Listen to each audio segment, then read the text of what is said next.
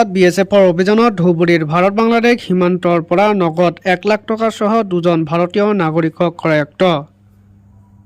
ধুবুৰী ভাৰত বাংলাদেশ সীমান্তত চলোৱা সীমান্ত সুৰক্ষা বাহিনী বিএছএফৰ এক অভিযানত দুজন ব্যক্তি কৰায়ত্ব হোৱাৰ সমান্তৰালকৈ নগদ 1 লাখ টকা উদ্ধাৰ হোৱা বুলি জানিব পৰা গৈছে। জানিব পৰা মতে গোপন এক তথ্যৰ ভিত্তিত আজি ৬৬ বিএছএফৰ এটি দলে ধুবুৰী চহৰৰ পাৰ্শ্বৱৰ্তী তথা ভাৰত বাংলাদেশ সীমান্তৰ সস্তাৰঘাট দ্বিতীয় খণ্ড অঞ্চলত এক অভিযান চলাইছিল। সেই অভিযানত বিএছএফৰ অভিযানকাৰী দলটোৱে ভাৰতীয় 500 টকীয়া মুদ্ৰাত নগদ 1 লাখ টকা দুজন ভাৰতীয় নাগৰিকক কৰায়ত্ব কৰে। দীপ্ত আব্দুৰ ৰছিদ আৰু আইনাল হক নামৰ যুৱকদ্বয় গুৰু চোৰাং বেহাত তথা গুৰু চোৰাং সৰবৰাহকাৰী চক্ৰত ধন সৰবৰাহৰ সৈতে জড়িত বুলি সন্দেহ কৰা হৈছে। জব্দ হোৱা ধনসহ ধৃতদ্বয়ক ইতিমধ্যে ধুবুৰী সদৰ থানাত চম্ভালি দিছে বিএছএফে।